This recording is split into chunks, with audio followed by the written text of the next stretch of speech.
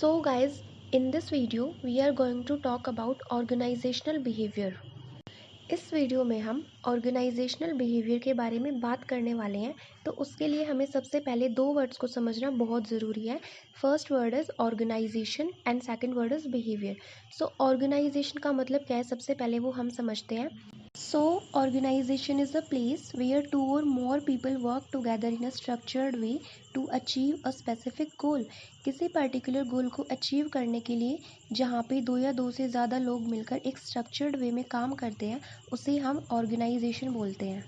So I hope आप लोगों को ऑर्गेनाइजेशन का मतलब क्लियर हो गया होगा। अब हम बात करेंगे बिहेवियर के बारे में। So behaviour is anything that the human does. Behavior is response to stimulation that can be observed. Thus, it is any response or reaction of an individual. तो यहाँ पे स्टिमुलेशन का मतलब है एक्सटर्नल फैक्टर। सो जो human being external factor के according behave करते हैं, एक्टिविटीज़ करते हैं, उसको हम ह्यूमन बिहेवियर बोलते हैं। According to Luthans, organizational behavior is directly concerned with the understanding, prediction and control of human behavior in organization. So Luthens के अकॉर्डिंग ऑर्गेनाइजेशनल बिहेवियर का मतलब है ह्यूमन बिहेवियर की स्टडी करना, उसको प्रिडिक्ट करना और कंट्रोल करना। ह्यूमन बिहेवियर को अंडरस्टैंड करना मतलब जैसे किसी पर्टिकुलर सिचुएशन में दो बंदे अलग अलग बिहेव करेंगे, ठीक है। अगर कोई एक सर्कमस्टांस है उनके सामने, तो ज़रूरी नहीं है वो दोनों एक जैसा बिहेव करे। हो सकता कोई उस कंडीशन के अंदर, हो सकता है कोई उस चीज़ में नेगेटिवली बिहेव करे, और हो सकता है दूसरा बंदा उसी पर्टिकुलर सिचुएशन के अंदर पॉजिटिवली बिहेव करे। सो वो ह्यूमन बीइंग के अपने एटीट्यूड पे डिपेंड करता है कि वो कैसे बिहेव करेंगे। Organisational behaviour focuses on 5 level of analysis.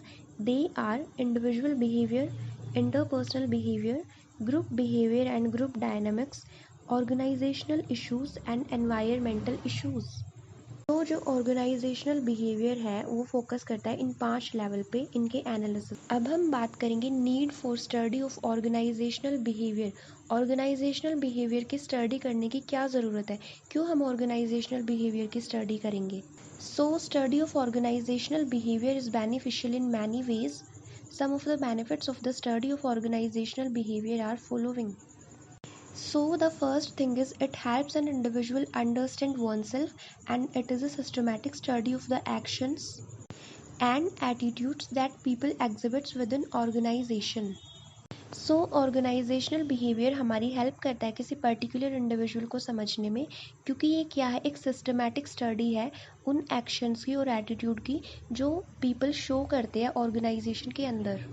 अभी 1 मिनट पहले हमने पढ़ा था कि ऑर्गेनाइजेशनल बिहेवियर मतलब स्टडी ऑफ ह्यूमन बिहेवियर, कि जो लोग जैसे बिहेव करते हैं उसके हिसाब से हम किसी भी पर्टिकुलर इंडिविजुअल को समझ सकते हैं। So the second thing is it helps manager in getting the work done through effective ways. अब जब हम किसी पर्टिकुलर इंडिविजुअल के बिहेवियर को समझ लेंगे तो हम उसको उसी के अकॉर्डिंग काम देंगे, जो कि मैनेजर के लिए काफ़ी हेल्पफुल है काम इफेक्टिव वे में करवाना। सो ये हमारी हेल्प करता है वर्क रिलेटेड बिहेवियर के डेवलपमेंट में, ताकि लोगों को जॉब सेटिस्फैक्शन मिल सके। It also help in building motivating climate. ये मोटिवेटिंग क्लाइमेट बिल्ड करने में भी हमारी काफ़ी हेल्प करता है. And it help in predicting behaviour and applying it in some meaningful way to make organisations more effective. ये हमारी हेल्प करता है किसी पर्टिकुलर बंदे के बिहेवियर को प्रिडिक्ट करने में, जिसकी वजह से हम इसको मीनिंगफुल वे में अप्लाई करके ऑर्गेनाइजेशन की इफ़ेक्टिवनेस में यूज़ कर सकते हैं. So study of organisational behaviour can be said to be most important contributor towards building managerial skills. तो जो ऑर्गेनाइजेशनल बिहेवियर की स्टडी है वो और मैनेजरियल स्किल्स के लिए बहुत ज़्यादा इम्पॉर्टेंट है, क्योंकि ये सारी चीज़ें एक मैनेजर को देखनी पड़ती है, तो मैनेजर को इस चीज़ के बारे में पूरी इन्फॉर्मेशन होना बहुत ज़रूरी है. सो गाइज़, मेरे ख्याल से आपको सारे पॉइंट्स क्लियर हो गए होंगे.